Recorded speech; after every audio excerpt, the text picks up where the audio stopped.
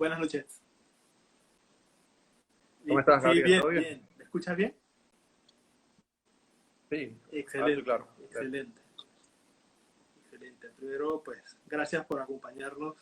Eh, Sabemos que también tienes una agenda muy llena, con un gran número de pacientes y también con muchos proyectos. Y es parte de lo que vamos a ir hablando, pues, esta noche. Para los que se están uniendo a, este live científico, pues nos acompaña el doctor Julio Efio, especialista en medicina interna y cardiología. Eh, Actualmente labora en el Hospital Nicolás Asolano de Panamá Oeste. Además, en la atención privada, en la clínica de falla cardíaca, en cardiólogos asociados y en muchos otros lugares más que nos va a hablar más adelante. Así que, primero, gracias por acompañarnos. E iniciamos una vez, doctor. Cuénteme Claro. un poquito, háblenos, ¿quién es Julio Efio? Ok, bueno, ante todo, buenas noches y te agradezco la oportunidad a ti y a todo tu grupo de trabajo, definitivamente también a todas las personas que nos están acompañando.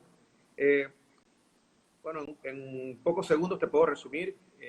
Actualmente, pues, soy médico, soy especialista en medicina interna y cardiología y realmente, pues, me he dedicado los últimos años definitivamente a la docencia. Esto me ha permitido, creo que, crecer mucho como persona y también como profesional, porque he podido ayudar a la formación de futuros profesionales de la salud, tanto a nivel de los estudiantes de medicina de las distintas universidades, tanto públicas como privadas, y eventualmente pues he ayudado en la capacitación de los residentes de especialidades y los médicos internos. Eh, Esto me ha llevado también pues a edades tempranas a ser profesor adjunto en la Universidad de Panamá, tanto en la cátedra de propedéutica, también lo he hecho en cardiología y actualmente lo estoy haciendo en la parte de terapéutica. Hoy me dedico principalmente, como mencionaste, a trabajar en la región de Panamá Este. Es mi trabajo principal. La región de Panamá Este es una provincia que tiene casi 1 millón de habitantes, si tomas en cuenta desde Arraiján hasta San Carlos. Y actualmente pues soy el jefe de docencia de este hospital. Doctor. Qué bien, doctor. ¿Y cuánto tiempo tiene este hospital? Ok. En mayo de... Estamos en mayo, sí, ya. Va un poco la onda, pero definitivamente sí. En mayo de este año cumplo los 2 años de estar trabajando en Panamá Oeste. La verdad es que considero que las cosas ocurren por alguna razón. En mis planes nunca estuvo ir a Panamá Oeste. La verdad es que yo pensaba desarrollar mi carrera en la ciudad capital y lo sigo haciendo, pero cuando me ofrecieron trabajar en la región de Panamá Oeste, específicamente en el área de La Chorrera, fue algo muy importante, porque era una oportunidad de donde yo podía crecer, donde solamente un solo cardiólogo a nivel institucional público, que en este caso iba a ser el puesto que yo iba a tomar, y me permitía empezar muchísimos proyectos de cero. Y creo que eso es algo muy importante. Yo siempre he creído en el crecimiento de los profesionales, en el crecimiento de las personas, y eso va mucho de la libertad que te permitan tus jefes de desarrollar tus ideas y tus proyectos. Entonces, para mí fue algo muy importante y muy interesante, donde prácticamente yo podía empezar a trabajar en lo que yo había trabajado en los últimos años como proyectos en un Claro que futuro. sí. Y la verdad es que de esta forma es que se transforma el sistema de salud, para mejorar la atención en los diferentes países, en las diferentes partes del país y a nivel mundial también. Entonces, para quienes nos están escuchando y quienes están participando aquí, eh, hablemos también qué es un cardiólogo, cuál es el rol que tienen en el sistema de salud.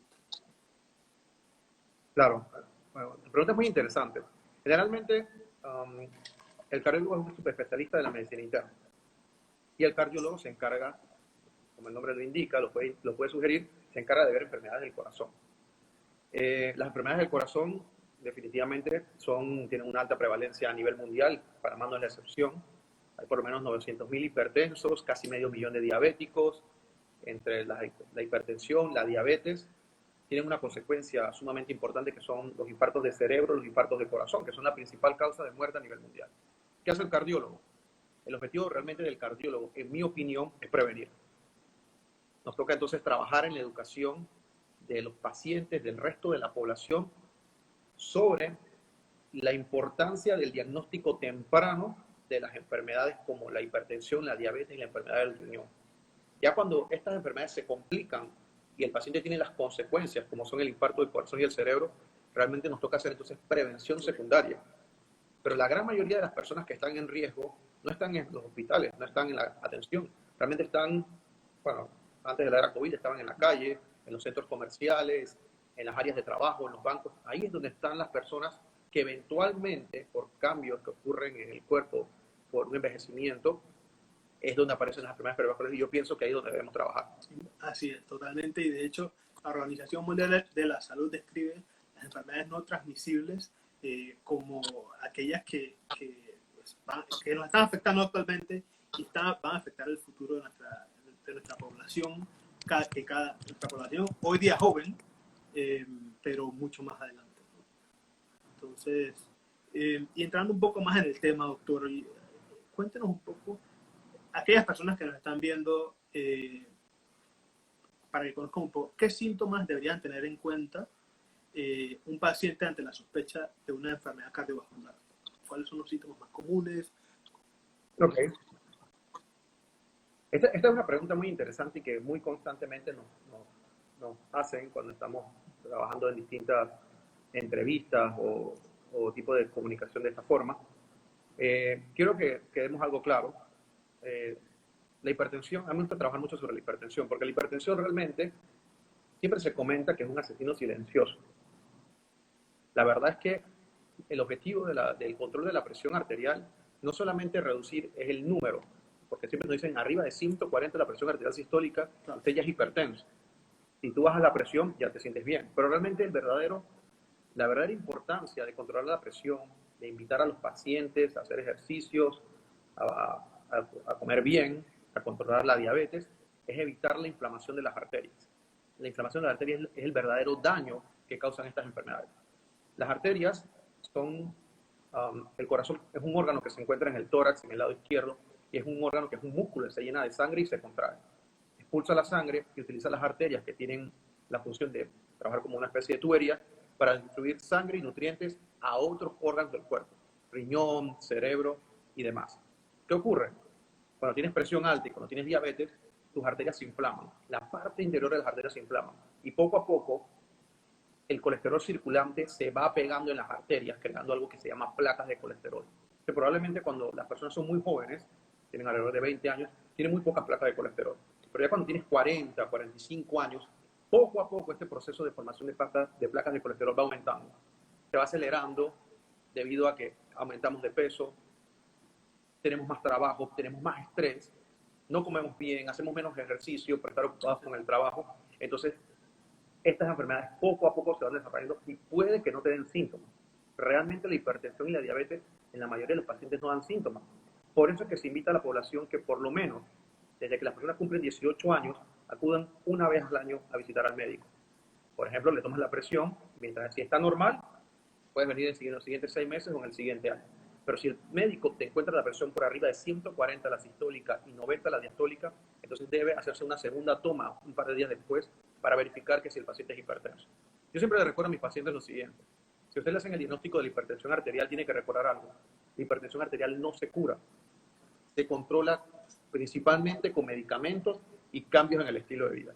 Así que, realmente, ¿cuáles son las manifestaciones de la hipertensión y la diabetes? Te puedo decir que la mayoría de los pacientes son asintomáticos. Pero ya cuando tienen una consecuencia, un infarto de corazón o están teniendo angina por la obstrucción de una arteria, pues el paciente puede presentar algo que para mí es muy importante. Que el paciente siente que se agota cuando realiza actividad física de rutina, ya sea caminar dentro de la casa o subir algunas escaleras o cuando camina más de 6 minutos, siente que ha perdido capacidad vital, tenemos que pensar que si este paciente tiene factores de riesgo puede tener una enfermedad del corazón. Todo cambio en nuestro organismo que no tenga una explicación en pacientes con factores de riesgo, tenemos que empezar a pensar en enfermedad cardíaca. Ese es un buen punto porque estoy seguro que esto también va de la mano de estos retos que está llevando adelante en la sala de cardiología del Hospital de Panamá Oeste. Porque al ser el único, asumo que tiene un gran número de retos para esta comunidad de 1 millón de habitantes. Claro, por supuesto. En el último año, en ese momento era el único. Ahora está otro cardiólogo que se llama el doctor José Concepción, que es el que me apoya en el área de Panamá Oeste. Ya somos dos, pero nuestra policlínica tiene un área más o menos como de casi 75.000 personas que tiene que abarcar en la área de La Chorrera. Pero si nos toca en verdad ver toda la cobertura es casi 1.000.000 de personas. Ok, ¿cuál es el reto? Sí, definitivamente yo lo pienso de esta forma. Y esto lo aprendí en una conferencia que escuché del profesor Manuel Anguita, el expresidente de la Sociedad Española de Cardiología, donde él comentaba que no hay suficiente endocrinólogos y suficiente cardiólogos para atender todos los casos de diabetes e hipertensión que había en España. Entonces, ¿qué se les ocurrió a ellos? Ampliar el entrenamiento y la educación al resto de los profesionales. Entonces, yo considero, y aquí en Panamá, no sé el número exacto, pero considero que tal vez hayan como 20 o 25 endocrinólogos de adultos para casi medio millón de personas con diagnóstico de diabetes. Es imposible que lo puedan atender. Entonces, ahí es donde viene el rol que es extremadamente importante del médico de cabecera o el médico de atención primaria, que es el médico general.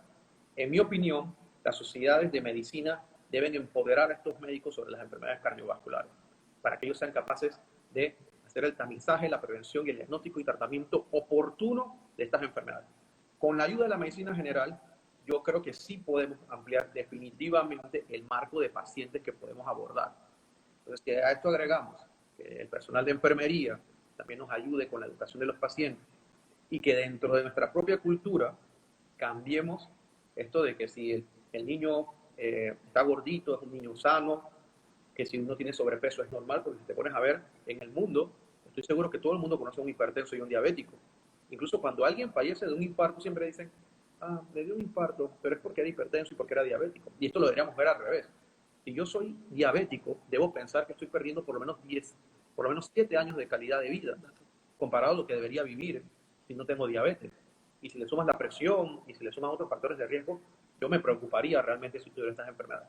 El problema es que como no nos da síntomas y está en nuestra cultura, por la gran cantidad de pacientes que hay, verlo como algo en teoría normal o por lo menos no algo tan llamativo. Yo siempre he dicho, porque cuando alguien te dice que tienes diagnóstico de cáncer, se acaba el mundo para esa persona. Pero si tú recordaras que la diabetes es la causa número 1 de ceguera en el mundo, la primera causa de amputación no traumática de extremidades en el mundo, la principal causa de enfermedad renal del mundo, entonces tú pensarías, hey, tener diabetes es algo peligroso. Entonces mejor hago ejercicio, como bien y trato de mantenerme en comunicación con mis médicos para evitar cualquier complicación en un futuro. Doctor, y ante este panorama que nos presenta a nivel nacional como a nivel mundial del impacto que tiene estas enfermedades no transmisibles, la tecnología también se ha convertido en una herramienta muy importante para llegar al mayor número de pacientes, para detectarlos a tiempo y para darle seguimiento. ¿Cuál considera usted que son los avances tecnológicos que han beneficiado a la cardiología en los últimos años? Ok, es una excelente pregunta. Te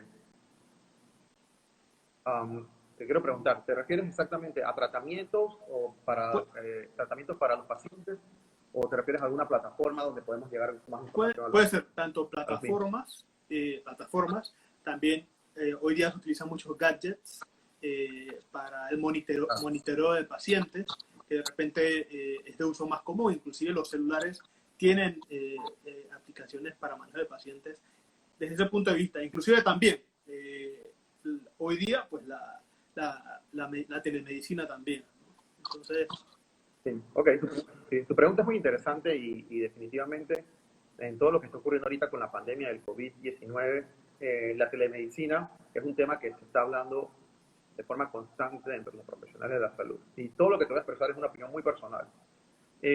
Yo pienso que la telemedicina es un complemento, porque la telemedicina tiene algunas limitantes.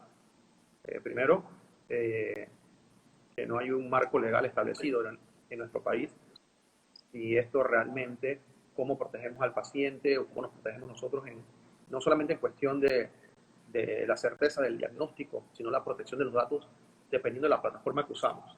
Eso es una realidad. Y dos, que no todos los pacientes tienen acceso al Internet y algunos pacientes no son, en teoría, tan tecnológicos para poder hacer esta plataforma. Para mí es un complemento excelente para hacer una especie de triage o preselección. ¿A qué me refiero? que si yo, por ejemplo, conozco a mi paciente y mi paciente estamos haciendo una telellamada, una evaluación a distancia, este paciente ya es conocido. Que este paciente me dice, mire doctor, a diferencia de la última cita, mire mis piernas, que las tengo hinchadas, yo le puedo recomendar, porque ya tengo el expediente en mi computadora, o utilizo una nube, donde tengo los pacientes registrados, entonces yo le puedo decir, bueno, podemos aumentar la dosis de diuréticos y demás. Creo que en esta parte funciona, porque lamentablemente no todos los pacientes tienen por lo menos el fibromanómetro o el dispositivo para tomar la presión arterial. Los dispositivos utilizando los relojes que pueden calcular la frecuencia cardíaca tampoco están disponibles todo el tiempo y algunas veces se pueden equivocar.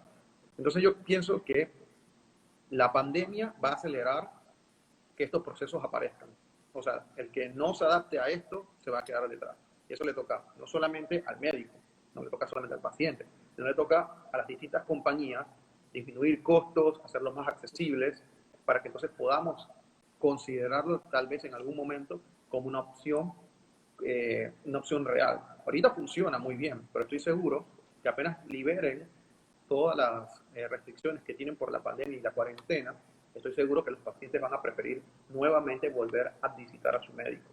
Porque al final tenemos que recordar que estas especialidades o estas ramas de la medicina son muy humanísticas. El paciente al final está buscando que el médico le diga todo va a estar bien con el tratamiento que te vamos a ofrecer, que vamos a mejorar tu calidad de vida, que no solamente te vamos a agregar años de vida, sino que vas a poder disfrutar de esos años que vamos a conseguir si mantenemos el tratamiento que estamos trabajando. Entonces, el paciente necesita eso, el paciente también le gusta salir, el paciente le gusta visitar a su médico, que las secretarias lo llamen, lo agenden, le pregunten cómo están los nietos, etc. Eso definitivamente a las personas les gusta. Sobre los avances de la tecnología, bueno, tú has podido ver y todo el resto de los compañeros que están ahorita mismo escuchándonos, los que estábamos estudiando sobre el COVID todos los días salían distintos artículos, experiencias de distintos países, China, Brasil, España, Francia, y tú puedes vivir leyendo artículos y nunca pararte ni siquiera a comer. Pero yo pienso que hay áreas de la medicina que han cambiado muchísimo. Creo firmemente que la insuficiencia cardíaca ha cambiado totalmente. Hace tal vez 20 años se consideraba que los pacientes con insuficiencia cardíaca eran pacientes que se llenaban de líquido en los pulmones, se hinchaban las piernas y había poco que hacer porque ese corazón estaba aumentado de tamaño o no funcionaba bien. Desde el año 2013 hacia acá han aparecido distintos medicamentos que disminuyen la probabilidad de que el paciente fallezca a consecuencia de enfermedades cardiovasculares, disminución de los números de hospitalizaciones, y yo creo que esto ha creado una nueva cultura. Si tú recordarás, Gabriel, probablemente cuando estábamos en la universidad, cuando se hablaba de insuficiencia cardíaca era muy poco, pero la insuficiencia cardíaca es un tópico que está de moda desde hace por lo menos 4 a 5 años. Y creo que lo otro que está avanzado muchísimo en la cardiología es la capacidad de reparar arterias y válvulas del corazón sin hacer necesariamente una intervención de corazón abierto, utilizando intervención percutánea, donde hay una invasión mínima al paciente, donde se consigue menos tiempo de hospitalización y menos complicaciones. Creo que es al final la medicina estructural, donde los hemodinamistas se han entrenado en anatomía estructural, donde ellos hacen estos reemplazos de válvulas y demás. Yo creo que está yendo súper bien y creo que es algo que llegó para quedarse, definitivamente. Y es un avance que hemos podido ver en nuestros tiempos y definitivamente es impresionante, doctor. Vamos a aprovechar para tomar algunas preguntas que nos han hecho los asistentes. Primero, gracias a todos por conectarse. Como saben, estamos conversando con el doctor Julio Efio sobre 5 tips para proteger el corazón. Entonces, vamos a tomar esta primera pregunta que nos hace Juan Quibolo, que es: ¿desde qué edad se empiezan a obstruir las arterias? Okay. Esa es una muy buena pregunta. Yo creo que la clave en la medicina cardiovascular siempre es estratificar al paciente. ¿Y qué significa estratificar al paciente? Tú puedes clasificar al paciente en riesgo bajo, intermedio y alto para tener una enfermedad del corazón. Entonces, ¿a qué me refiero? No es lo mismo tener un paciente de 30 años, hipertenso, con obesidad y colesterol alto, que tener un paciente de 30 años sin ninguna de las otras enfermedades que he mencionado. Entonces, yo creo que eso es lo principal, dependiendo de qué tipo de persona es. Entonces, vamos a clasificar al paciente según los factores de riesgo que tenga. Hay modificables y no modificables. Los no modificables son la edad, hay una relación directa entre mayor edad tiene el paciente, mayor es la probabilidad de tener complicaciones cardíacas o del sistema cardiovascular. Si el paciente tiene herencia, donde ha tenido familiares que en edades tempranas, papá o mamá hayan fallecido en edades tempranas de una complicación cardíaca, y edades tempranas me refiero a 45 años los hombres y 55 las mujeres, y los hombres tienen mayor predisposición a enfermedades cardiovasculares en las edades tempranas que las mujeres. Ya cuando las mujeres llegan a la edad de adulto mayor, entonces más o menos se equiparan. Esos son los no modificables. Pues no podemos hacer gran cosa por eso, porque al final todos vamos a envejecer, por lo que lleguemos a bien. Esperamos.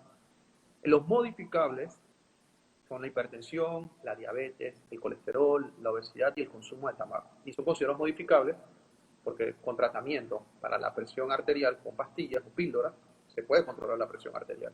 Lo mismo ocurre con el control de la diabetes. Si el paciente pone de su parte, hace ejercicio, come mejor, puede bajar de peso.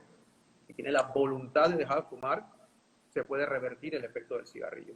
Entonces yo creo que a la pregunta que hace el compañero, ¿desde qué edad? Va a depender. Si llevas un estilo de vida acelerado y donde no comes en casa, donde comes, donde te encuentres en la calle cuando tienes hambre.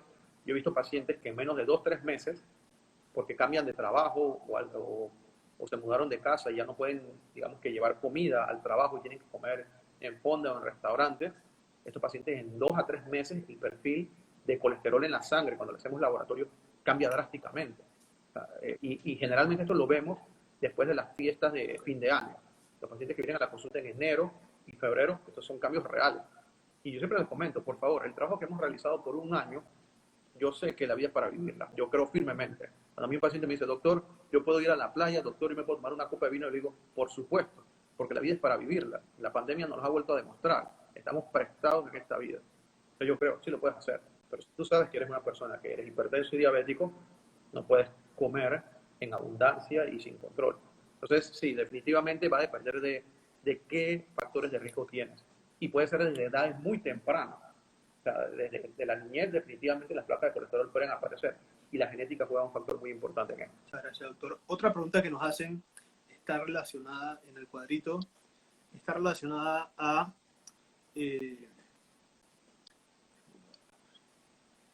justamente nos preguntan, los hipertensos, ¿necesitamos algún cuidado especial para el COVID? Ok, esa es una excelente pregunta. Y es una pregunta que definitivamente tiene varias aristas. Tenemos que recordar lo siguiente. En algún momento cuando yo mencioné qué ocurría con la hipertensión y con la diabetes y el resto de las enfermedades cardiovasculares, es un proceso de inflamación en el cuerpo. Eso hace que nuestras arterias cambien. Entonces, ¿qué hace el COVID-19? El COVID-19 no, el SARS-CoV-2, que cuando infecta al paciente y manifiesta enfermedad se llama entonces COVID-19. ¿Qué ocurre en los pacientes con COVID-19? Estos pacientes entran en una fase de un proceso inflamatorio que es una super respuesta del sistema inmune, el sistema que nos protege de agentes patógenos como virus y bacterias, tiene una super reacción, que era una inflamación fuera de control al resto del órgano, de los órganos del cuerpo, causando que las personas que de por sí ya estaban inflamadas por la hipertensión, por la diabetes, por eso es que si se ponen a ver, las personas con edad adulta son las que sufren las consecuencias mortales y letales del COVID, es porque son personas que ya tienen un proceso inflamatorio ya establecido.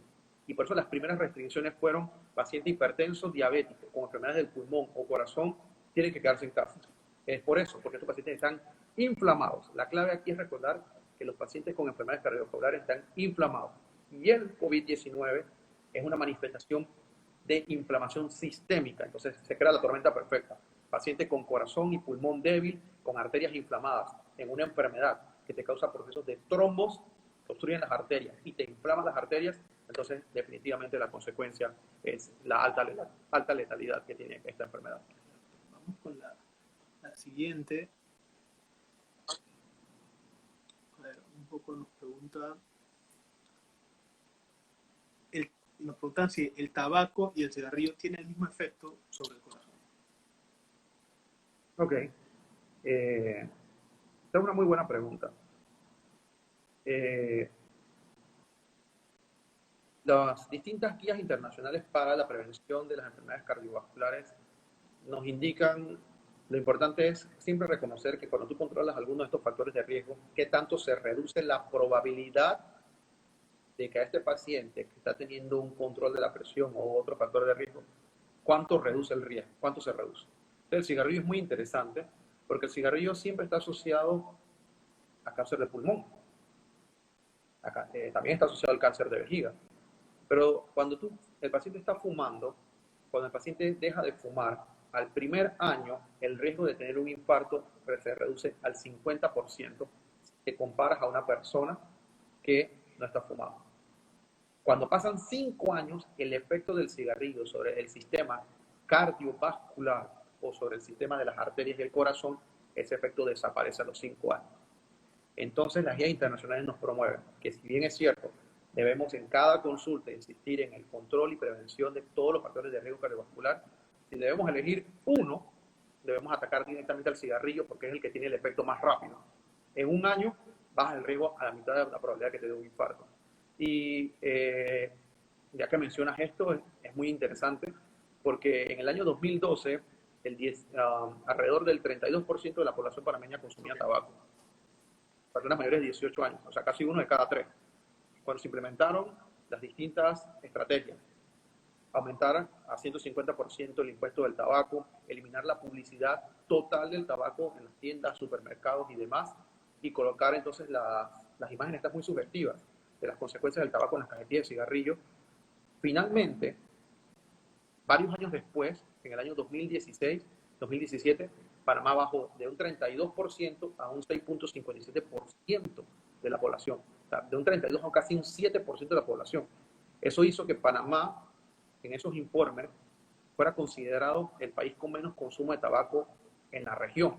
Y esto es un logro que muchas veces no se menciona, pero fue un logro importantísimo porque eso cambió la cultura. Ahora cuando tú ves que si alguien está fumando en la terraza de un restaurante, pues el resto de la población se alarma de los que están consumiendo ahí.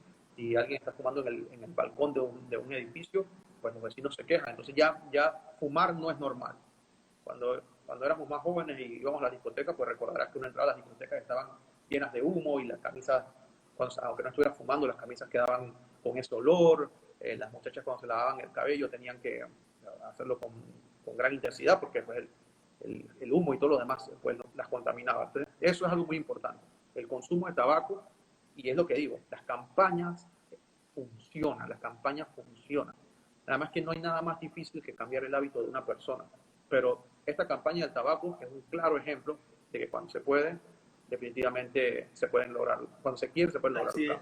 Así es. Y esto va muy de la mano con la siguiente pregunta, porque como mencionabas a un inicio, temprano en tu formación como médico, como ya hoy día en tu etapa profesional, también te has enfocado mucho en educar tanto a estudiantes de medicina, personal de salud, también a la población en general, a través del Grupo Médico Panamá, ¿no? Entonces, una de las herramientas que utilizan el Grupo Médico de Panamá, y también utilizó este proyecto pues de la ley antitabaco, era pues las herramientas de comunicación efectiva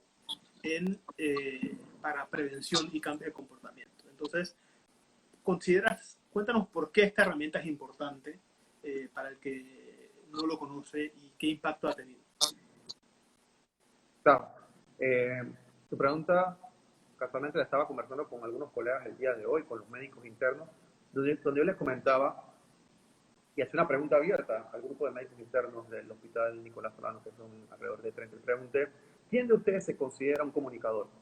¿O quién de ustedes considera que realiza un trabajo de comunicador todos los días? Nadie levantó la mano, hubo silencio en la sala y yo comenté. Pero ustedes a diario no le comentan al paciente qué está ocurriendo con su enfermedad y cuál es el plan de trabajo. A los familiares de estos pacientes no le comunican cuál es la situación de este paciente. No conversan conmigo todos los días cuando nos presentan los distintos casos en las diferentes salas. Entonces yo creo que que en la Facultad de Medicina, en la Escuela de Medicina, nos enseñaron a estudiar muchísimo, con hambre, con mucha fatiga, con pocas horas de dormir, interminables páginas y textos, pero no nos enseñaron a comunicar, no nos enseñaron a comunicar. Y la comunicación es extremadamente importante, porque después, si recordamos, la comunicación en tiempos de crisis se ha puesto en práctica en la pandemia. La comunicación es tan importante porque no solamente es yo decirte palabras a ti, yo como un ente emisor debo tener la capacidad de hacer fácil la información que te voy a transmitir a ti y que usted la pueda entender para poder ponerla en práctica. Y creo firmemente que la comunicación eficaz es importante, porque si yo no comunico de forma correcta, entonces no voy a tener impacto en la salud de mi paciente. Entonces, ¿cómo logramos esto? Uno, primero que todo, preparándonos. Dos, creando empatía. ¿Y qué es empatía? Pues nosotros tenemos que saber con qué tipo de paciente estamos trabajando, con qué paciente vamos a colaborar, dónde vive, con quién vive, quién es su familia, que si tiene seguro social, si tiene seguro privado. Eso nos permite ganarnos la confianza del paciente. Y la confianza del paciente, tenemos que recordar, siempre lo menciono, siempre. Los pacientes nos entregan a nosotros su bien más importante, que es la salud.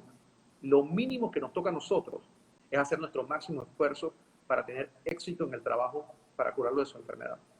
Entonces yo considero, y yo utilizo distintas herramientas, como lo mencionaste. Yo creo firmemente en las redes sociales, y no hablo de Instagram, porque Instagram lo utilizan las generaciones más jóvenes, 25, 30 años. Ya el Facebook lo están utilizando las generaciones arriba de 35, 40 años. Nuestras mamás, nuestras tías utilizan Facebook. Pero nuestros pacientes utilizan WhatsApp. WhatsApp es una red social. Y yo utilizo los estados de WhatsApp de mi celular, que definitivamente se los comparto a mis pacientes. Yo les coloco muchísimos textos e imágenes que son sencillos para ellos. Por ejemplo, recuerda visitar a su médico una vez al año. Los mensajes que recibo son: hola doctor, dentro de 2 meses nos vemos. Doctor, tiene razón, voy a sacar una cita. O si pongo un mensaje donde dice, y pone una persona acostada y comenta que la falta de ejercicio o la poca movilización o sedentarismo es un factor de riesgo, el paciente dice: entendido doctor, voy a empezar a caminar alrededor de mi casa a pesar de que es la pandemia COVID. Y el paciente camina dentro de su casa. Entonces, esto te lo comento porque son pacientes adultos mayores. El que es más joven lo ha captado una vez, capaz que ni siquiera te dice nada. Pero hoy me di cuenta que la red social que más se utilizan es el WhatsApp. Los abuelitos utilizan WhatsApp, nuestras abuelas usan WhatsApp, nuestras tías, nuestras mamás. Entonces, es mucho más complejo de que ellos utilicen Instagram o Facebook. Entonces, yo pienso que la clave, como siempre lo digo, es clasificar al paciente. El paciente, cómo se comunica. Entonces, casualmente el video donde explico la inflamación de las arterias, los pacientes quedan impactados porque yo utilizo mi computador y les presento el video cómo el colesterol se va pegando poco a poco en las arterias. Y los pacientes se preguntan: ¿eso es lo que me está pasando a mí? Y yo le digo: sí, te está pasando en este momento y desde hace 10 años que eres diabético. Vamos a trabajar para que ese proceso se detenga. Entonces, creo que la comunicación es extremadamente importante. Considero definitivamente que si no eres un buen comunicador, tu deber como profesional de la salud es capacitarte para mejorar esa habilidad. Creo que eso es algo muy importante. La verdad es que es un punto muy importante y estoy totalmente de acuerdo con usted, doctor. Vamos a aprovechar una siguiente pregunta donde nos dicen, ok, justamente nos pregunta Elika: ¿cómo una persona con obesidad puede cuidar su corazón? ¿Qué recomendaciones debe seguir esa persona? Ok. Es muy importante la siguiente aclaración. Nosotros muchas veces, hace algunos años se hablaba mucho del índice de masa corporal, donde se tomaba el peso del paciente y su relación con la altura. Con el tiempo hemos aprendido muchísimas cosas. Yo, por mi parte, prefiero trabajar con nutricionistas junto a la terapia farmacológica que vamos a implementarle al paciente. Por lo siguiente, cada persona es distinta. Y nosotros en cardiología hacemos una medición del perímetro abdominal, donde, y podemos ver que los pacientes, los masculinos, tienen más de 102 centímetros, las mujeres más de 88 centímetros de perímetro abdominal. Eso es considerado un factor de riesgo tan importante como la hipertensión y con la diabetes. Y cuando hablamos de perímetro abdominal, hablamos de barriga. ¿Y por qué la barriga? La grasa abdominal es distinta a la grasa que tienes en los brazos, tal vez en los cachetes, en los muslos. Esta grasa secreta una sustancia que se llama interleuquina 6, que crea un proceso inflamatorio en las arterias. Entonces, tú puedes ser una persona delgada, pero con un perímetro abdominal marcado o abultado, y tú tienes tanto probabilidades de tener un infarto como una persona que solamente tiene hipertensión. Entonces, la pregunta es, sí, ¿qué hacemos con la obesidad? Bueno, cuando tú vas a la nutricionista, muchas de las nutricionistas tienen un dispositivo que te mide por medio de la densidad, te mide las distintas densidades de los tejidos, ya sean muscular, el tejido graso, tu composición de agua corporal, incluso tu tejido óseo. ¿Y por qué es importante? Porque cada cuerpo es distinto. Muchas de las personas lo que hacen es que cuando quieren entrar en un proceso rápido para bajar de peso, dejan de comer. Porque si antes comían una porción, ahora voy a comer la mitad de la porción 3 veces al día. Entonces es verdad, bajan de peso. Pero cuando bajan de peso de esa forma, bajan tanto grasa, bajan también músculo. Y el músculo es extremadamente necesario para seguir quemando grasa. Por eso es que muchas veces las personas se estancan o hacen un rebote. ¿De qué hace la nutricionista? Te prepara una dieta donde usted no va a perder músculo y va a perder grasa. Si pierde músculo, lo pierde en pequeñas proporciones. Incluso eso va asociado a un plan de ejercicio que sería lo ideal. Por eso es que yo creo firmemente en esto, porque los médicos, ¿cuántas clases de nutrición recibimos? Un semestre en séptimo semestre, que tal vez fueron que 5 por, no sé, tal vez fueron que 20, 25 clases o 25 horas de nutrición. Y yo creo firmemente en el trabajo en equipo. Por eso es que en nuestro grupo de cardiólogos asociados, ahí trabajamos con la licenciada Graciela, y Graciela es la que lo ve a nuestros pacientes. Y creo en esto. Creo que es un complemento. Cuando tú tratas la diabetes, tú utilizas 3 puntos para tratar. Medicamentos para el colesterol, medicamentos para el azúcar y medicamentos para la presión. Utilizando esas 3 estrategias, consigues una reducción de alrededor del 27% de la probabilidad de que un paciente tenga un infarto. Pero si el paciente baja de peso, tiene cambios en el estilo de vida, en la forma de comer, eso puede llegar hasta un 55%. O sea, sumado a la terapia farmacológica junto a los cambios en el estilo de vida. Incluso los cambios en el estilo de vida tienen un poder de reducción mucho más que la terapia farmacológica. Y quiero que quede claro que a pesar de hacer todo eso, queda un factor residual de alrededor de un 40-45% de probabilidades que todavía no podemos llegar a reducir. O sea, que tú tengas las enfermedades y las tengas controladas, tanto como medicamentos como estilo de vida, aún así tienes riesgo cardiovascular aumentado versus a una persona que no sufre de esta enfermedad. Entonces, por eso es que mantener los estilos de vida saludables es lo más importante, evitar estar enfermo es lo más importante. Así es. Y también algo que menciona que es cuando el médico, cuando se va a la atención con el médico y este médico le refiere tanto al nutricionista como a otros especialistas, es importante asistir porque al final la decisión que se toma es una decisión integral, con la información que se recibe de todos los especialistas. Entonces, acá nos preguntan, vamos a tomar una siguiente pregunta del público y va muy alineada a la dieta de los panameños, ¿no? Esta dieta de los panameños, estos platos típicos, ¿representan algún riesgo para nuestro corazón? ¿Qué recomendación usted le da a este tipo de pacientes o a los pacientes que tienen que la alimentación que reciben es esa? Ok. Es una pregunta compleja y considero algo que una vez me comentó, que siempre comenta mi amigo el doctor Irán Martin de Medicina Familiar. A veces tenemos que volver a aprender. Tenemos que olvidar viejos conceptos, tenemos que aprender nuevas cosas. Tenemos que aprender a volver a aprender las cosas. ¿Y por qué esto es importante? Porque esto es cultura. Nosotros nos enseñaron a comer de esa forma. Al panameño le enseñaron a comer que si no hay arroz no te vas a llenar.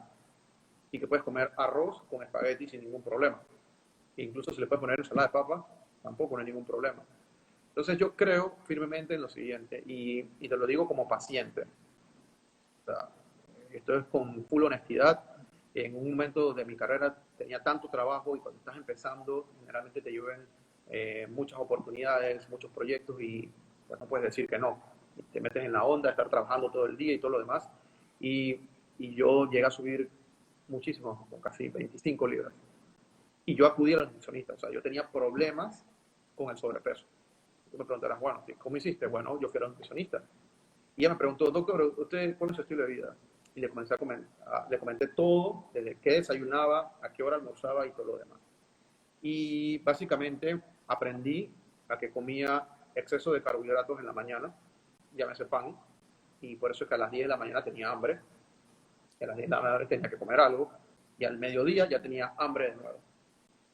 La verdad es que comía a las 12 en punto, pero no volvía a comer hasta las 8 o 9 de la noche, porque estaba en la consulta atendiendo pacientes. A las 8 o 9 de la noche mi cuerpo me decía, nunca se me olvida lo que me dijo, ella me decía, tu cuerpo y tu mente te juegan en contra y te sabotean. Hay que hacerte un reset, porque a las 9 de la noche tu cuerpo te dice, tienes 9 horas sin comer, has trabajado muchísimo, tú te mereces ese corte de carne con patacones. Yo decía, sí, me lo merezco, he trabajado muchísimo, he estudiado 14 años, he visto más de 12 pacientes el día de hoy, he salvado muchas vidas, yo me lo merezco. Al final me senté y ella me explicó entonces la importancia de las meriendas, entre cada una de las comidas, la importancia de que cuando vas a comer, una de tus meriendas puede ser, la gente siempre te habla de los frutos secos, pero en realidad son 8. No es, la gente siempre dice que no, que un puño, no, son 8, y eso te mantiene con una saciedad que te permite llegar con menos hambre, por ejemplo, a la cena. Y en la cena tienes tu plan de entonces, ¿qué yo hice? Pues me tomó muchísimo tiempo, y se lo digo a mis pacientes. Me tomó, uno, aprender a ir al supermercado, a comprar nueva comida. 2, me tomó entonces la dificultad de quién me preparaba la comida.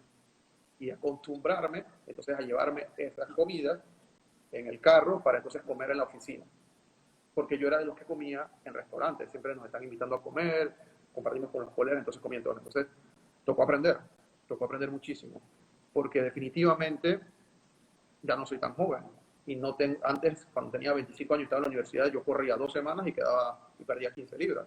Ahora yo tengo que tener 3 meses para quemar 15, 20 libras. De todo cambió. Entonces yo pienso que tenemos que comunicar mejor. Entonces yo confío mucho en mi nutricionista porque ella tiene la capacidad de comunicarse con las personas. Entonces yo creo que todos debemos evolucionar eso. Imagínate que tú le digas a un paciente, ¿qué problemas tenemos? Bueno, eso me pasa constantemente. Yo a los pacientes diabéticos les comento, bueno, señor, usted no debe comer esto, esto, esto. Y cuando te salen con respuestas como, doctor, yo como lo que encuentro en la refrigeradora porque somos personas pobres. ¿Qué hacemos? Entonces es un problema sociocultural, económico, es un poquito complejo, pero yo pienso que poco a poco las personas han estado cogiendo conciencia, están tomando conciencia, y yo creo que es parte de la cultura. Si tú recordarás, bueno, cada casa es distinta, pero cuando yo era niño, no había un almuerzo donde a visitar a cualquier amigo de la escuela o algún familiar del interior, aquí en la ciudad, donde si era un almuerzo había una jarra de chicha o de jugo. Y eso ya es extraño. Ahora todo el mundo toma agua. Y eso son cosas que poco a poco han ido cambiando. Antes eso era muy común, que los niños tomaran soda y comieran un dulce en medio de la tarde. Eso ha ido cambiando. Yo creo que las personas cada día se cuidan más, hay más opciones. Y creo que yo creo firmemente en las campañas de prevención, creo firmemente. Incluso yo me metí en cardiología porque cuando estaba en residencia de medicina interna yo trabajaba en una campaña de prevención. Pero me di cuenta que decirle a las personas, no hagas algo, no funciona. O sea, no comas comida de restaurantes de comida rápida. ¿Quién eres tú para decirme que no puedo hacer eso? O que yo te diga, ser obeso no está de moda, pero ¿quién eres tú para juzgarme? Entonces, creo que la forma en que muchas veces se enfocan las campañas no son las correctas. En este caso, yo pienso que tenemos que convencer a las personas que realmente el cambio les va a ofrecer un beneficio. Yo creo que nos equivocamos en la forma que abordamos a los pacientes. Si tú bajas de peso, siempre le digo a mis pacientes así de sencillo, si tú bajas de peso, sí, tu sistema cardiovascular se va a beneficiar. Pero, recuerda esto, cuando bajes las primeras 10 a 15 libras, no solamente te vas a ver mejor cuando estés frente al espejo. Le digo a las pacientes, ese pantalón que tienes 2 o 3 años que no te puedes poner, cuando finalmente te queda, esa sensación irrepetible. Y las pacientes dicen, sí, doctor, yo voy a pelear para entrar en ese pantalón, porque todavía lo tengo ahí guardado, esperando que algún día me lo pueda poner. Entonces tú buscas la manera de motivarlo. Y yo tengo que admitir que yo tengo una alta tasa de éxito con los pacientes para bajar de peso. Y no lo hago con dietas. Y no estoy diciendo que yo no utilizo a las nutricionistas, recalco que trabajo con nutricionistas, pero el poder de convencimiento con nuestras palabras tiene mucho que ver en la adherencia y en la tasa de éxito de los pacientes. Entonces, sí, no solamente decirle al paciente, tómate una pastilla en la mañana, una en la tarde, repite esto, laboratorios en 3 meses y regresa. Tienes que ofrecerle algo más. Creo que la nueva generación de médicos se está enfrentando a la nueva generación de pacientes. Antes los pacientes llegaban, se sentaban y el médico era una autoridad que te decía, haz esto de la forma en que yo lo digo. Ahora el paciente es un paciente extremadamente educado porque estamos en la era de la información y el paciente conoce muchas de las respuestas. Él solamente quiere estar seguro de lo que él va a hacer, lo avala un profesional de la salud. Porque el paciente sabe lo que tiene que hacer. Esto está en internet. Todo el mundo lee sobre COVID. Todo el mundo es experto en todo ahora. Porque la información no los permite. Entonces yo pienso que parte es eso. Parte de estar preparado y saber cómo comunicar y llegar a las personas. Sí, y esa comunicación, como bien mencioné, individualizada y personalizada a los pacientes es muy valiosa y está teniendo impacto con sus pacientes, ¿no? Entonces, doctor, además de médico, hemos hablado durante toda esta sesión sobre su formación, su experiencia en la vida profesional, en la formación, en qué es la comunicación, pero además se está desarrollando en otra fase muy interesante como empresario. Entonces, si nos puede contar un poco más de esa parte para que las personas que están viendo también conozcan esa fase. Claro, sí.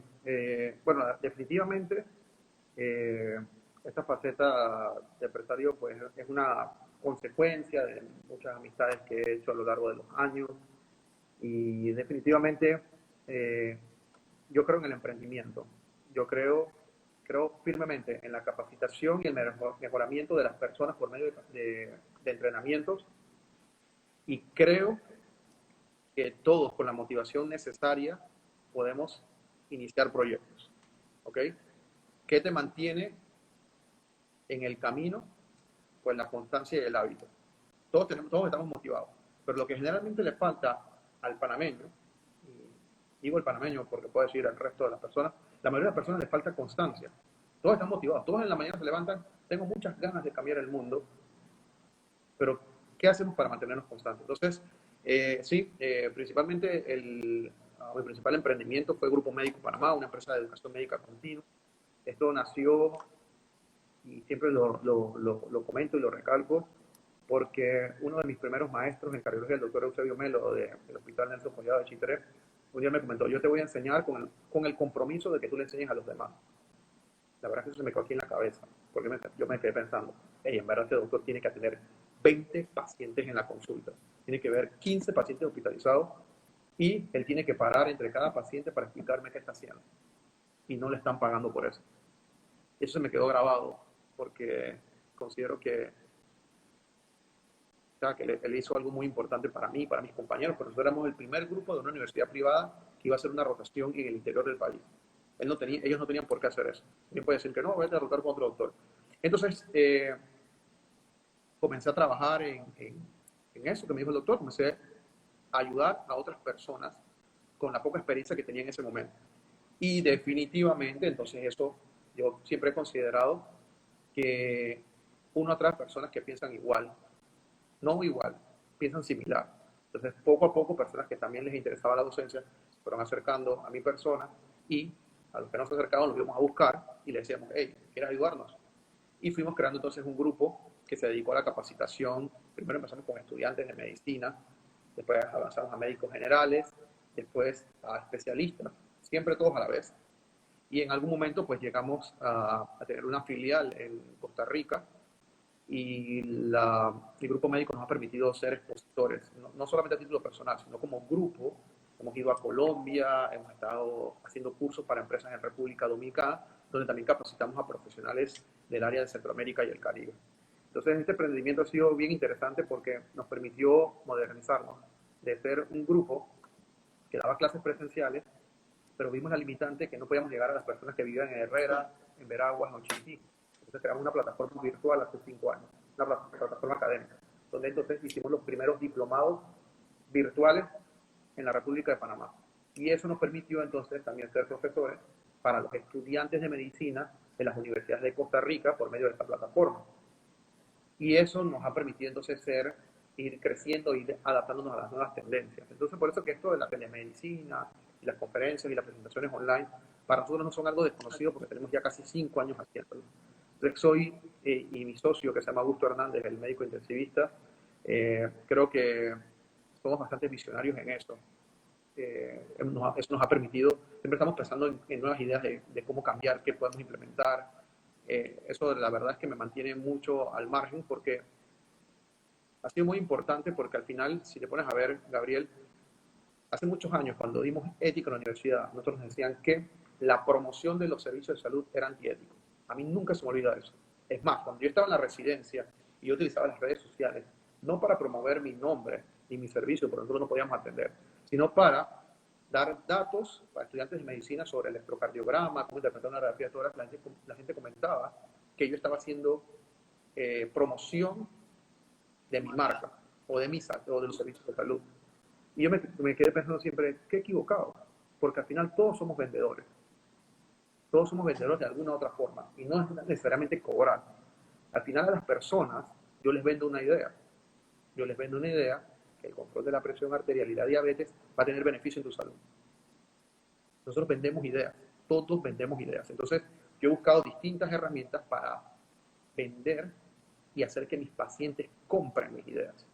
Y soy fiel creyente en que las personas compran personas. O sea, las personas, por ejemplo, cuando estamos viendo acá, la gente dice, sí, Sangre Panamá. ¿Sangre Panamá quién es? Bueno, Sangre Panamá es Gabriel Rebollón. Cuando tú ves y ves la trayectoria de Gabriel Rebollón, dices, este es un muchacho que de la etapa de la universidad tiene este proyecto, mira hasta dónde ha llegado, es un proyecto incluso que involucra a su familia. ¿Sabes qué? Yo voy a seguir a Sangre Panamá. La gente compra personas, porque Sangre Panamá, Panamá somos todos, sangre tenemos todos. Pero ¿quién está detrás de Sangre Panamá? Entonces yo considero eso. Sí, dice Grupo Médico Panamá, pero detrás del Grupo Médico Panamá hay un gran grupo de personas, de profesionales de la salud. Entonces, quiero recalcar eso nuevamente. A mí lo que me ha permitido definitivamente hacer esta parte de emprendimiento y todo lo demás es que creo firmemente en el mercadeo, en el uso de redes sociales, en las capacitaciones, en el neuromarketing.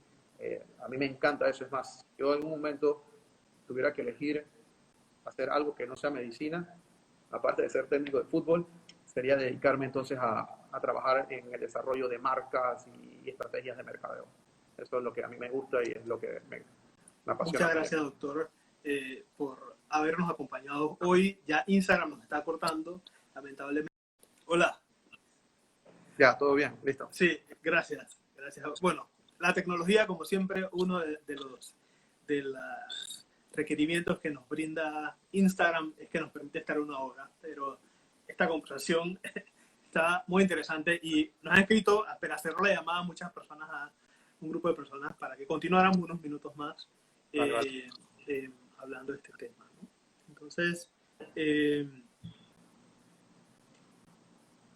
nos estaba conversando un poco sobre su experiencia con Grupo Médico Panamá, cómo han ido desarrollando este proyecto a nivel tanto de Panamá como la región, cómo esas palabras de su profesor en formación, que creo que hoy los que nos ven y muchos colegas hoy día se están desarrollando y están actuando como profesores, tienen una responsabilidad muy importante, porque el impacto que tienen en la vida de esos futuros profesionales es muy grande y puede ser positivo como puede ser negativo. Entonces, qué bueno que su experiencia tuvo a ese primer profesor. Estoy seguro que sabe del trabajo que está haciendo, está muy orgulloso, y así muchos también, ¿no? Entonces, nos quiere contar un poco más, algo más alrededor del área de emprendimiento. Sí, esto que comentas es muy interesante porque en el desarrollo de la marca personal, yo creo firmemente, al final, y se lo comento siempre a mis estudiantes, se lo comento a los internos, y te comento mucho a los internos porque son el grupo con el que estoy trabajando directamente en este momento. Tienes que buscar tu factor diferencial. O sea, si estamos en un hospital donde hay médicos, todos somos médicos, por lo menos somos médicos generales. Sí, algunos tendrán especialidades, otros subespecialidades, pero ¿qué nos diferencia al uno y al otro? Yo creo que algo que no nos han enseñado y no nos enseñaron, porque bueno, yo conozco en la escuela, pero pienso que es algo que se puede aprender, es reconocer cuáles son nuestras verdaderas habilidades. realmente cuál de tus habilidades es un factor diferencial frente al resto de las personas.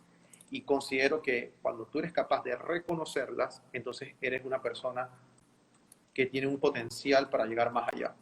La mayoría de las personas en realidad no reconocen cuál es su mejor habilidad.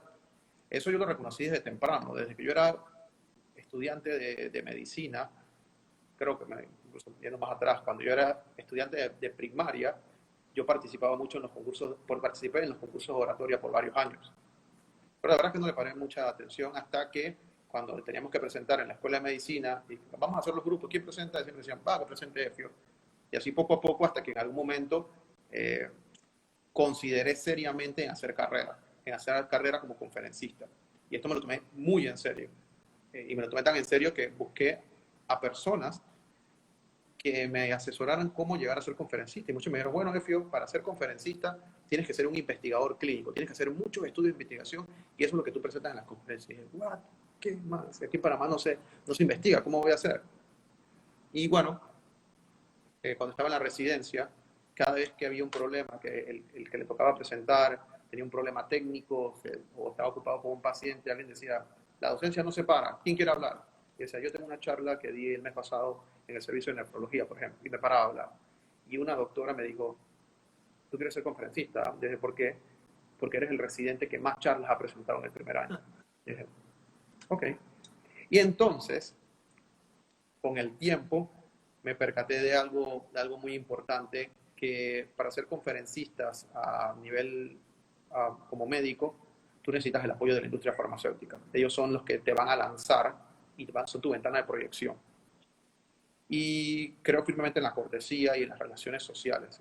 Ahí no hay nada que discutir. Y desde que yo era residente de medicina interna, yo siempre he tenido muy buena relación con los representantes de ventas de los laboratorios. Entonces, con el tiempo ellos me dijeron, Julio, cuando termines la carrera, nos interesa que trabajes con nosotros. Y yo me fui preparando para ese momento. Yo nunca presenté una conferencia para un laboratorio durante mis entrenamientos, tanto como en medicina interna ni cardiología. Pero mientras eso ocurría, yo me dediqué a practicar frente a mis compañeros, con mis pacientes, e incluso hice una capacitación, que es una certificación como conferencista de alto impacto, que creo que fue mi factor diferencial. Porque cuando yo presentaba en las conferencias, sí, todos presentamos datos, todos presentamos la evidencia que ya está plasmada en las guías científicas. Pero yo en mis conferencias utilizo frases de motivación o utilizo algunas estrategias de marketing. Por ejemplo, yo utilizo el análisis FODA para a veces cuando tengo que presentar un producto. Digo, las fortalezas de este producto, las oportunidades que tenemos con él, las desventajas y las amenazas que puede tener, las presento. Y tú ves que dentro del gremio médico, eso es algo 100% innovador. La gran mayoría de los médicos no saben qué es el análisis FODA. O cuando tú les presentas la técnica FAB para vender un producto, que son los features, los advantages y los benefits, yo también lo presento. Los beneficios, las características de esta guía, las ventajas que te ofrece, los beneficios. Entonces, eso, la gente queda, hey, este señor, ¿de dónde sacó eso? Entonces, eso es cosas que yo he aprendido leyendo, yendo a capacitaciones, y creo que ese es mi factor diferencial. Cada vez que voy a presentarme, yo con el tiempo he escuchado las retroalimentaciones de los compañeros, dicen, cuando vamos a tu charla, nosotros no sabemos con qué vas a aparecer. Siempre vas a enseñarnos algo nuevo. Y para mí eso me llena muchísimo orgullo. Y cuando alguien invierte su tiempo, que es después de la salud, lo más importante que tiene una persona, a escucharme, la verdad es que lo mínimo que yo puedo hacer es darlo todo cuando estoy exponiendo. Pero sí, eso me ha encantado exponer, esto me ha abierto muchísimas puertas. Tus hermanos han confiado en mí ciegamente, siendo incluso un speaker tal vez con poco roce internacional. Tus hermanos me permitieron exponer en República Dominicana frente a más de 200 personas. Esa fue mi primera experiencia internacional y la verdad es que la confianza que te brinda los gerentes, los supervisores, porque están confiando en su trabajo. O sea, tú al final, tú eres una cara, tú eres una representación de algo. Yo soy la representación de ese laboratorio frente al resto de los compañeros. Eso es brutal. Eso es como cuando Cristiano Ronaldo lo patrocina, lo patrocinaba Nike, lo patrocinaba Adidas, y así. Michael Jordan lo patrocinaba Nike. es igual, te están dando algo para que tú trabajes y tú tienes que responder con todas las buenas intenciones. Y yo siempre le digo a la gente, ¿qué tan difícil es llegar a la cima o llegar a un punto alto o cumplir tu objetivo? Yo creo que no es tan difícil. O sea, tú te pones un objetivo, tú puedes llegar. Lo complicado es ser constante en buscar nuevos objetivos para ser mejor. Yo creo que eso es lo que cambia todo. Eso es lo que cambia todo. Y es lo que yo considero. Nos falta constancia. Nos falta constancia en nuestro trabajo. Nos falta constancia con nuestros pacientes. Nos falta constancia en mejorar. ¿Por qué después de 8 años de estudio muchos profesionales no se siguen capacitando? Yo he mejorado. O sea, si tú me preguntas, ¿qué yo he mejorado en mis habilidades? Yo he mejorado mis habilidades de comunicación, mis habilidades de liderazgo, mi capacidad de resolución de problemas y principalmente hace 5 años yo no sabía jugar en equipo y aprendí a jugar en equipo. O sea, no hay forma en que yo pueda, mi hospital, ahorita nosotros tenemos un déficit de sangre. O sea, no hay forma que yo, siendo Julio Efio, pueda conseguir esa sangre. Pero si yo trabajo en equipo con el grupo de Sangre Panamá y contigo, tal vez podamos hacer una campaña para que la gente y las personas de la región de Panamá Este vayan a donar sangre. Te digo, es un trabajo en equipo y por eso que estoy muy contento de que me hayas invitado y poder ver las personas que están conectadas, que hay muchos que los conozco y que me estén escuchando y te estén escuchando a ti, definitivamente es sumamente importante. Así es, así es. Y bueno, vamos a hacer esa campaña para Panamá Oeste con mucho gusto porque sí se necesita y tenemos las herramientas y tenemos el equipo. Así que gracias pues, por estos minutos extra que nos brinda. ¿Qué mensaje le gustaría compartir para estas personas que nos están viendo en vivo, que posteriormente van a ver la transmisión y que van a escucharnos en los podcasts, en el podcast, en Apple, en Spotify y en Castbox? Ok. Considero, y vamos a tomar el tema que está ahorita como un trending topic, que definitivamente es la pandemia por COVID-19. Yo pienso que la pandemia nos ha permitido hacer una pausa para replantearnos todo lo que estábamos haciendo. Creo que es una nueva oportunidad para intentar ser mejores. Creo que no solamente, yo pienso que los grandes cambios ocurren por pequeñas acciones. Tal vez yo no pueda cambiar la sociedad. Lo que yo sí puedo hacer, y siempre lo comento, es tratar de ser mejor yo cada día.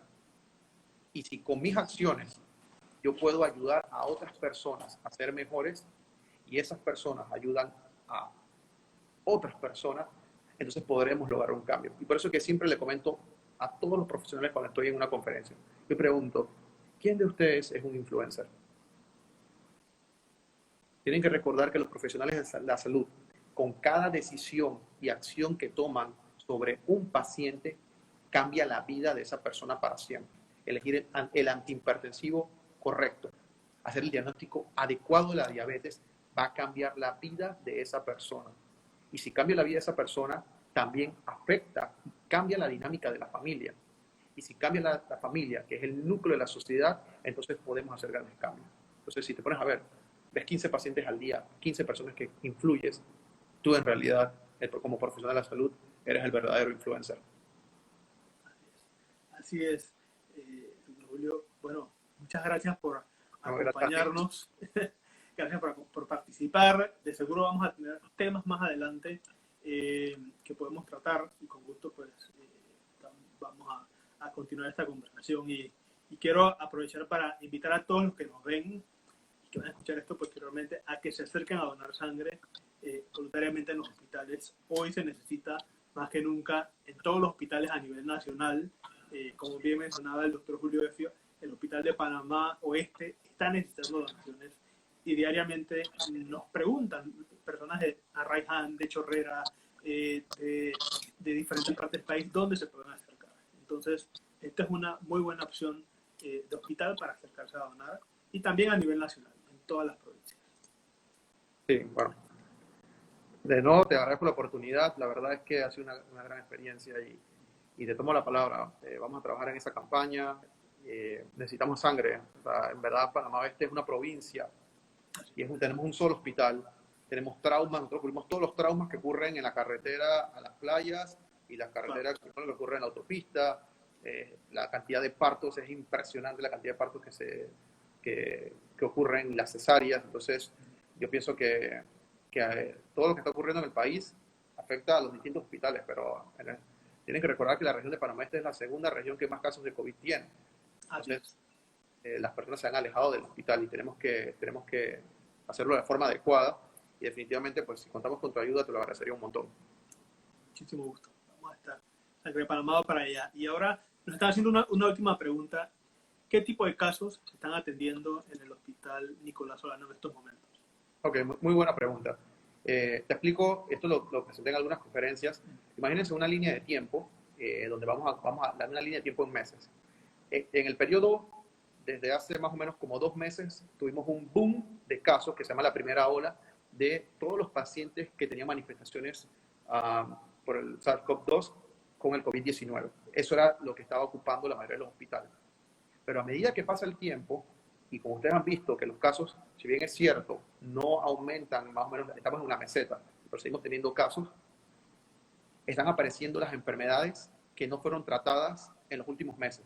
Han aparecido todas las enfermedades como los infartos de cerebro, los infartos de corazón, apendicitis, todas las operaciones de vesícula que estaban pendientes están ahorita, como nosotros decimos, explotando y apareciendo en el hospital. En los siguientes 3-4 meses vamos a tener esta es la segunda ola, COVID, las enfermedades que no se trataron por la emergencia del COVID, y va a aparecer la ola de las enfermedades crónicas no transmisibles, hipertensión, diabetes, obesidad, problemas del riñón, que al cerrarse la consulta externa de los centros de atención privada y los centros de atención públicos, esos pacientes, al no tener medicamentos y no tener seguimiento por su médico, van a aparecer con descompensaciones. Y la cuarta ola es una ola que está empezando desde ya, pero va a alargarse en el tiempo, es el desgaste de las personas a nivel psicosocial, por el alto estrés que estamos manejando, por no tener claro qué es lo que va a ocurrir en el futuro, el desconocimiento de los efectos y la duración de la pandemia. Entonces, sí, ahorita mismo el hospital está así. Se llenó el COVID, se ha controlado, pero están apareciendo todas las enfermedades que estaban previamente en la región de Panamá. El problema es que somos la misma cantidad de enfermeras, médicos internos, nutricionistas. Tenemos el mismo hospital, nada más que ahora con más pacientes. Entonces, este mensaje que dicen las autoridades, que por favor se queden en casa para que no se sature el sistema de salud, es una realidad. Nuestro hospital estuvo a punto de colapsar hace 3 semanas. Es una de las experiencias más horribles que he tenido en mi vida, porque no sabíamos qué hacer. O sea, teníamos demasiados pacientes y poco personal. Pero bueno, gracias a la colaboración de las autoridades, de la población y el resto de los profesionales que dieron el todo y tiraron el resto, pues se pudo controlar la situación. Pero sí, ahorita casi volvió todo a la normalidad. Nada más tienes que ver las calles. Si la gente vuelve a las calles, la gente le perdió el miedo al COVID. O sea, antes dejaban al paciente enfermo y se iban. Ahora se queda el paciente y 2 y 3 familiares en la sala de espera. Se le perdió el miedo a la enfermedad. La enfermedad sigue siendo la misma. Sigue teniendo la misma tasa de contagio, tiene la misma capacidad de mortalidad. Pero pienso que, como siempre, pues los panameños no somos constantes en nuestra disciplina. Y ahí estamos fallando. Vamos a tener, sin duda alguna, vamos a tener una segunda ola de COVID si no hacemos los cambios necesarios. Así es. Hay que reforzar esa campaña de comunicación de COVID, de prevención. Exacto. Principalmente. Muchas gracias, doctor. ¿Sí? Listo, entonces. Hasta luego. Gracias a ti. Buenas noches. Chao.